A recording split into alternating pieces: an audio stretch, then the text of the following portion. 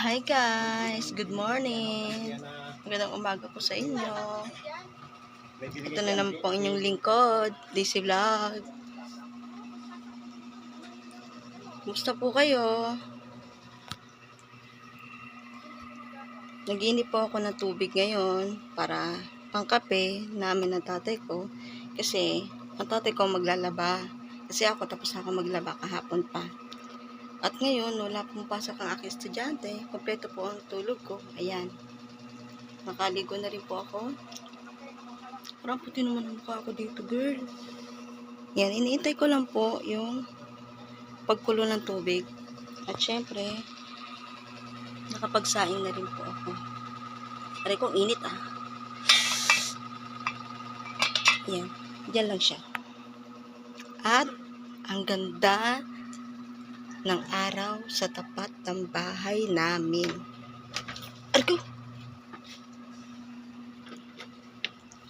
Ayan siya guys, oh. Tara! O, diba? Diba? Ay, ang sarap talaga magpa-araw sa likod. Ang sarap magpa-araw sa likod mga kababayan. Para kang hinihilot, para kang minamassage. Ayan. Ayan na lang po natira sa labahan ko guys. Ayan na lang po yung basa. Ayan. Tapos, magtutupi na lang po ako. At magpa-plancha. Yun na lang po ang gagawin ko. Kasi hindi naman na po ako busy ngayon. Tulad po nung mga nakaraang araw. Wala po talaga ako pahinga. Diyos ko.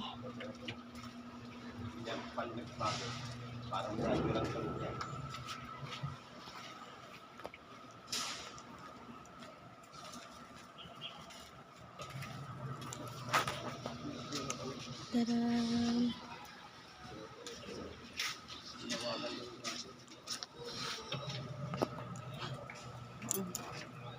Ganda po.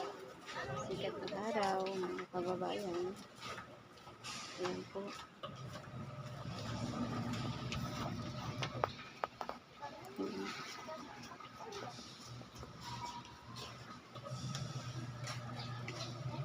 Hello. Ganyan magkapatid ah. God bless po. Ano yan? Kay Balls na parang sa ano? Gawin to daw. Pamangkin ko po yun guys. 7 Maglalaba si mama mo? Tinda rin niya ng mama mo? Tinda rin niya ng mama mo? May siyang high, 20 pesos 8 sila.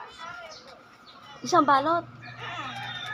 Hindi, pabili ako. Pabili ka? Oo, 28 ha? Pesos? 20 pesos, 8 na piraso. 8 na piraso na yun. Oh. Isang balot na yun ha? Sigurado ka ha? Sabihin mo kay mama mo. Pa-reserve ako 2. Ha? Tomorrow bayad. Thank you. Thank you. Nasaan si Mimita? Tulog. Kasi wala siya pasok. Tsaka masakit pa siya nun. Napakalamig kagabi. Siyempre, kahit dito sa amin, ang sarap matulog. Kahit nga naka-electric fan, kahit nga nakakumot, nakaganon pa rin. Di na kayo nag-aircon? Hindi. Malamig na, no? Sabi ni Mama, next time daw ipalinisol. Oo nga. Nasusold out yung ano ko. Nasusold out paninda ko sa school. Tapos Nagtitinda ka rin doon? May nagpapa-reserve. Buti ka pa, hindi nahihiya magbenta doon. Sabihin nila. Si Ate Mimo nahihiya. Si Mimi nahihiya, nakakainis. Sabi ko, ano ba yan? Benta niya ano? Benta. Ano ba? Benta. Ha? Ano ba gusto benta? Naku, marami ako dyan dating mga kung anik-anik. Ayaw niya talaga, nahiya daw siya. Ako ano? Baka pagalitan daw siya ng... Ay, Hindi nga. thank you po. Hindi nga ako napagalitan ng teacher ko. Mm. Grade 3 ko pa yan panalaman. 3 years. tawag niya. Nung isang araw, nilalaro-laro ko lang yung laruan ko na Ah. galing doon sa tindahan. Biglang sabi ni Mark na, uy Lexie, magkano yan? Saan mo nabili? Sabi ko, Yung tumutunog-tunog. "Benta ko, Yung ate." tumutunog. Sabi ko, pabili ako Lexie, magkano yan? Sabi ko, 10 lang. Hmm. Sabi ko, wait, pabili ako, tapos biglang tabi niya. Tapos lahat na sila bumili. Nagpa-reserve na rin. Oo. Kahit nga kay, Tapos agad eh. tinan mo bakit kay Mimi, yung ganun, di ba, dinala niya sa school. Tapos nakita ng mga kaklase niya, saan daw nabili. Sabi niya, doon sa pinsan ko, sabi niya, doon kila tita, sabi, magkano? Sa puri benta niya, 10 pesos. Sabi niya ganun. Pa-reserve nga ako, Trixie. Nagbigay na sila ng mga pera. Nahiya na si Mimi na tumanggi. Sabi niya, oh sige, baka sa Monday ito ha. Sabi niya, sige, basta makaano ka. Sabi niya, ganun. Basta meron kami. Kaso ubos na yung ganun. Pero yung iba, ayaw niya ibenta pag ano. Ano to? Sabi mo na yung surprise bag. Yung mga candy, pinapakita ko, tapos pinapatikim ko sa kanila kasi yung iba, baon ko. Sabi ko, pag nasabi, hindi siya pabili ako katulad kahapon. Sabi ko, eto, chuni. Sa bubig mo, may hamon yan. Sabi niya, hawak-hawak. Sabi niya, ay, Lexie. Sabi ko, ano kinalaman ng Lexie? Sabi niya, bili ko na Sabi ko na nga ba, di ba? yung tatlong niya. Ano to? Agad eh.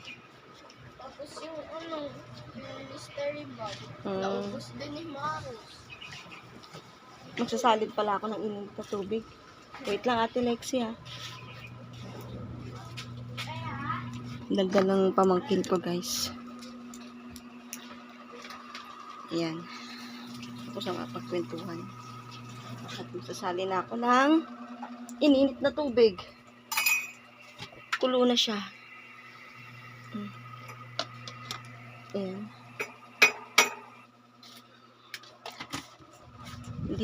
Hindi nawawala ng gawain.